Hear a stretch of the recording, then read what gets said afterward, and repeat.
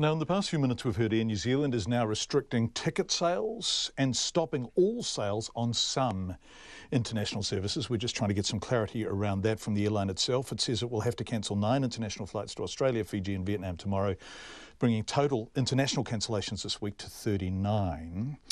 The airline's warning of further disruptions in coming days. It says it's also trying to cut back on cargo loads. Adrian Littlewood is the CEO of Auckland Airport. He joins us in the studio now. Nice to have you with us, Adrian, and thank you for coming in. No problem. How's it going? Well, look, it's been a busy couple of days. I think there's been a very significant response, as you'd expect, and as the public would expect from all the different organisations and companies involved. But look, it's been a bit of a challenge, and particularly for passengers. Obviously, you heard in that piece before about how it's affecting people's lives, and I think we all understand when travel goes awry, it has quite significant consequences for a lot of people. And it's going to get worse before it gets better? Well, look, I think, to date, actually, the airlines have done a fantastic job in terms of managing through. While there's been a number of flights affected, about 5% only of our flights today. What number we think today? That might grow. Look, about 29 flights today affected. And you think that might grow over the next few days? Look, there's a reasonable chance it will, and I think, you heard that recent information from Air New Zealand about how they're managing that flow of, fuel. Look, the airlines have done a great job in terms of consolidating, smaller aircraft, A320s, onto larger aircraft across the Tasman. They're bringing fuel across. They're doing gas and go stops in other airports on the way to long-haul destinations. But, we're all an interconnected part of an international system. So when the draw on fuel happens at other airports, that affects their supply. So it's being constantly monitored. How did this happen? Well, look, it's important to understand the different component parts of this system, right? So there's different parts owned and managed by Refining New Zealand, by the oil companies, and they essentially own and manage the entire system. So you have no role in this other than the oil companies at the airport are your tenants, right? That's right. They house the tanks on our land, just adjacent to the domestic terminal, which holds quite a load of fuel there. And then there's a lot more fuel at Wiri Oil, which is just up the road in Wiri.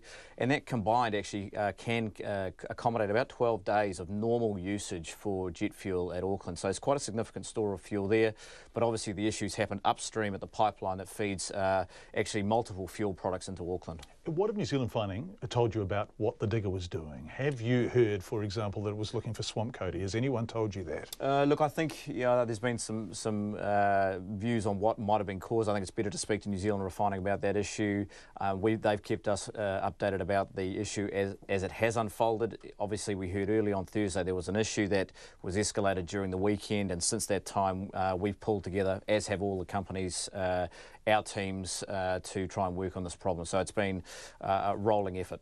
Okay, so it's not your problem other than you and your tenants and the airlines who use your airport are the victims of it. Now, that's absolutely understood.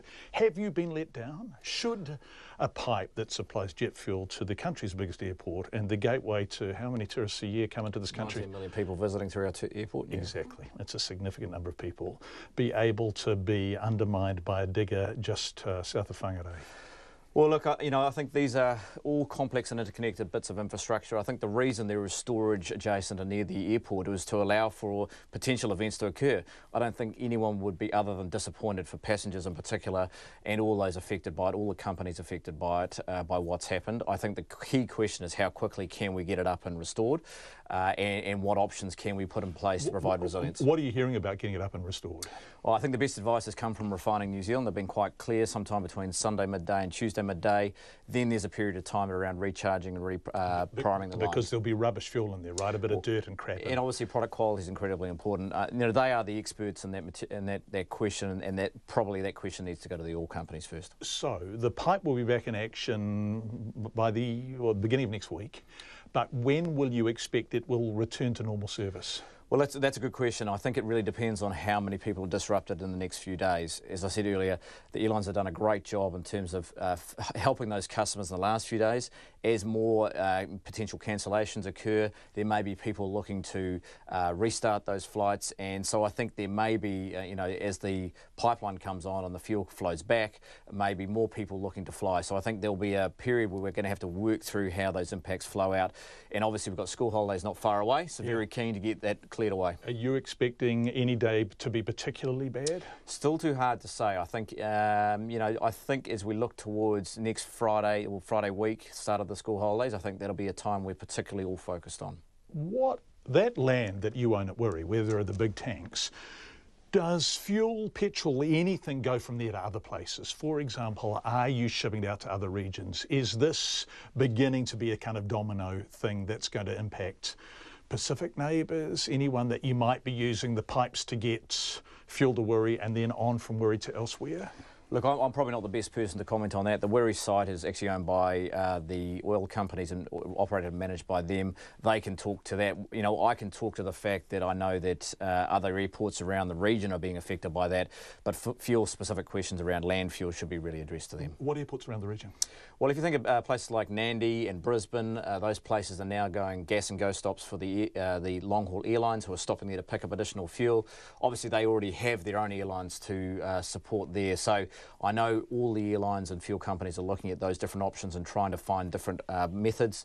I know, for example, Air New Zealand is taking a 777 to Wellington to fuel up before they leave from Auckland. So all of those options are being accounted for, including additional fueling at Christchurch. So you talked about gas and go. That is that planes that are doing long-haul stops somewhere close on the way to gas up. So you talked about Nandi and Brisbane. Is this putting pressure on fuel stocks in those airports? Look, I think it's being monitored. I think pressure is yet to be determined. I think naturally we'll keep an eye on that collectively as an industry to make sure that they are thinking that through. But I think you can pick up from the airlines, they are looking at all options at the moment. God, it's all on for young and old, isn't it? Sure is. Adrian Littlewood, CEO of Auckland Airport, thank you so much for joining us.